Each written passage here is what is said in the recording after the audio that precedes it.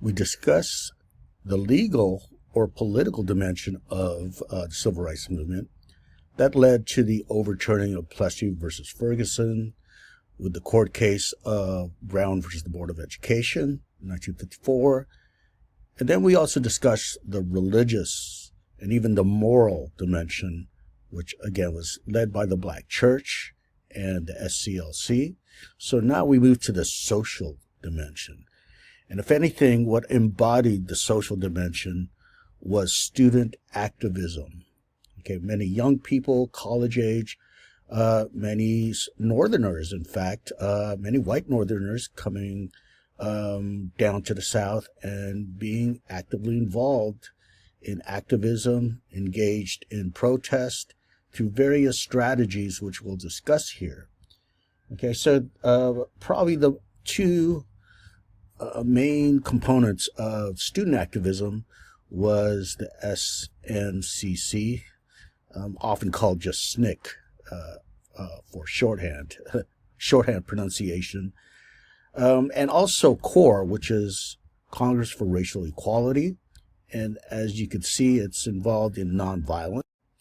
And as I described earlier, interracial activism, as seen in this right here, the SNCC emblem, which shows two races together. And certainly seen here in these photographs. And this social dimension of student activism actually is first recognized with the Freedom Rides of 1961. And this campaign involved both CORE, Congress for Racial Equality, and SNCC, Student Nonviolent Coordinating Committee. And what the students did is want to challenge legal segregation in the busing in the South. Okay, public transportation, in other words. So what they did, well, they boarded the buses in the North where integration was allowed. But once they headed south to the southern states, well, usually what was required of passengers was to segregate, whereby the blacks go to the back of the bus and whites go to the front of the bus. But what they did is refuse to segregate once they entered southern states in their drive southward. And of course, the response there is what you could imagine. They were met with brutal violence, especially when the word got round that this bus of these activists were coming to a particular location of the South. Well, there was violent Southerners who were defenders of Jim Crow ready to meet them and perpetrate these acts of brutal violence, especially in Alabama and Mississippi. In fact, there's a movie, if you're interested, that deals with the FBI investigation of the Freedom Rides, and that movie is called Mississippi Burning, if you're interested. So needless to say, it took quite a bit of courage, in fact, a lot of courage and bravery to participate in this. And some indeed were killed. Some of these activists were killed in this campaign to eliminate segregation. And the second event that's listed on here in regards to student activism is known as Freedom Summer in 1964. And what this was a massive campaign to register black voters, particularly in Mississippi, which back then was one of the most violently segregated and politically repressive states in the country. And so you had these students go down south, and they attempt to register African-American voters. Let's remember that due to literacy tests and poll taxes and the grandfather clause, well, this all but eliminated black vote in the South. So what the Freedom Summer campaign attempted to do was to restore black voter rights in the South, to breathe new life into it. And it was actually quite effective. For example, in Mississippi in 1964, before the Freedom Summer campaign, only 7% of eligible African-American voters were registered to vote. So after the campaign of Freedom Summer, let's say by the end of 1964, it began to rise. And by 1969, 66% were now registered to vote. Okay, so it was very effective through the successive years. Okay, another strategy that was used by the students were the sit-ins. And what were these? Well, this is another expression of peaceful, nonviolent, direct action, where you see, students, both black and white, and the middle picture shows this. What they would do is sit at a whites-only segregated lunch counter. These lunch counters were found in these big department stores like Woolworths. I don't think that company is no longer around, but they would sit there and they would refuse to leave even when denied service.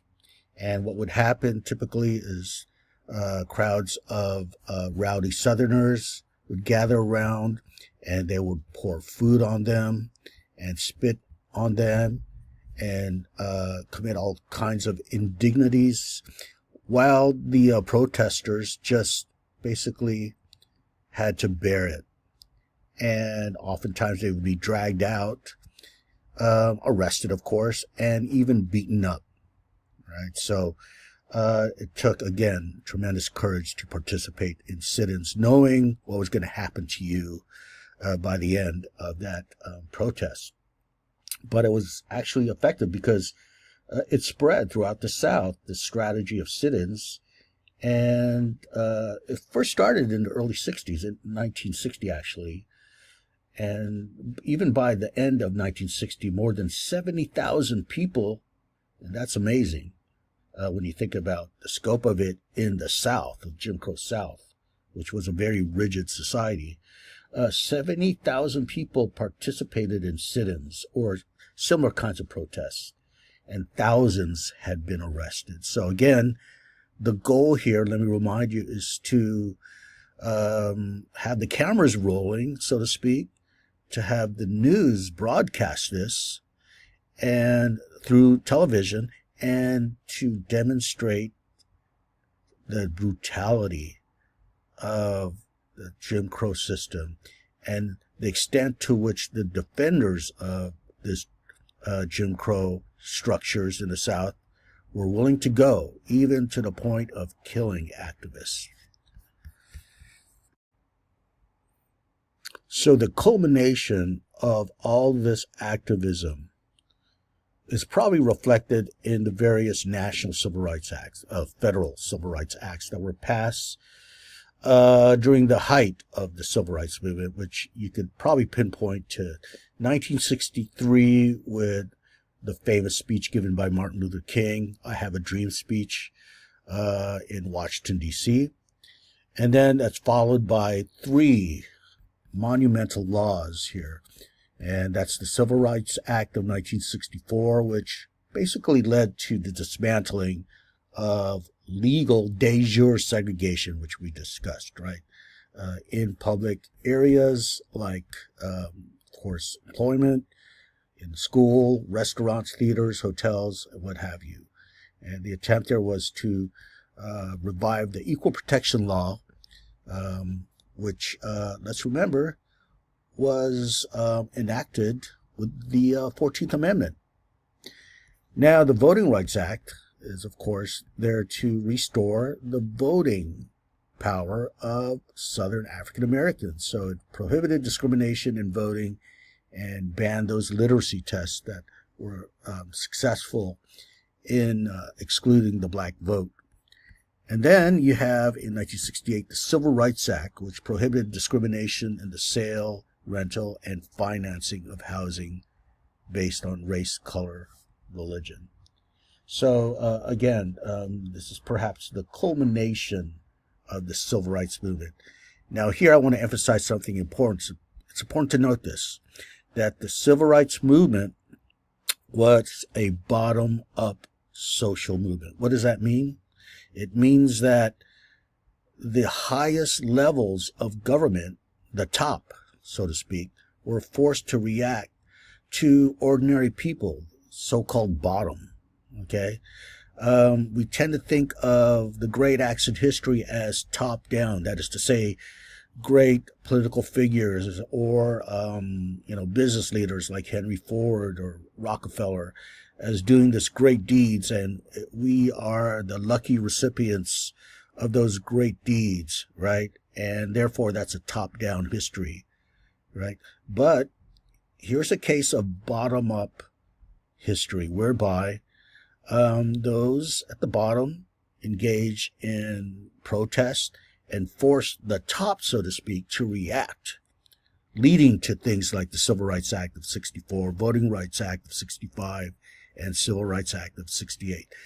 The government, the top, is reacting. They're responding to ordinary people. Okay, and this is probably one of the most important events in U.S. history, the Civil Rights Movement, right? It's bottom-up history. Now, to conclude with this, I have to mention this.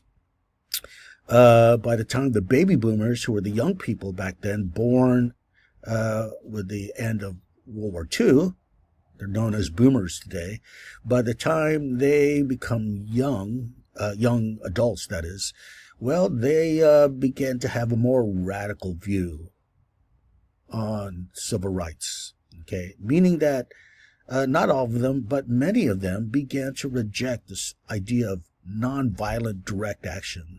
Okay, that's what we called NVDA earlier, nonviolent direct action, in favor of more violent means to achieve their goals and agenda. Why? It's because, you see the assassination of Martin Luther King and supporters of civil rights like Robert Kennedy. He gets assassinated the very same year. And therefore, this just led to disillusionment with Martin Luther King's older strategy. And they said, hey, if there's going to be violence perpetrated against us, well, we're going to answer with violence in kind. So, in other words, you had the emergence of leaders such as Malcolm X and Stokely Carmichael, right, who were more militant and more radical and willing to perpetrate violence, not as a means to an end, but as a response to violence that's there to protect Jim Crow and to protect this system of legal segregation. Okay, so that's what happens by the end of the civil rights movement during the 1960s.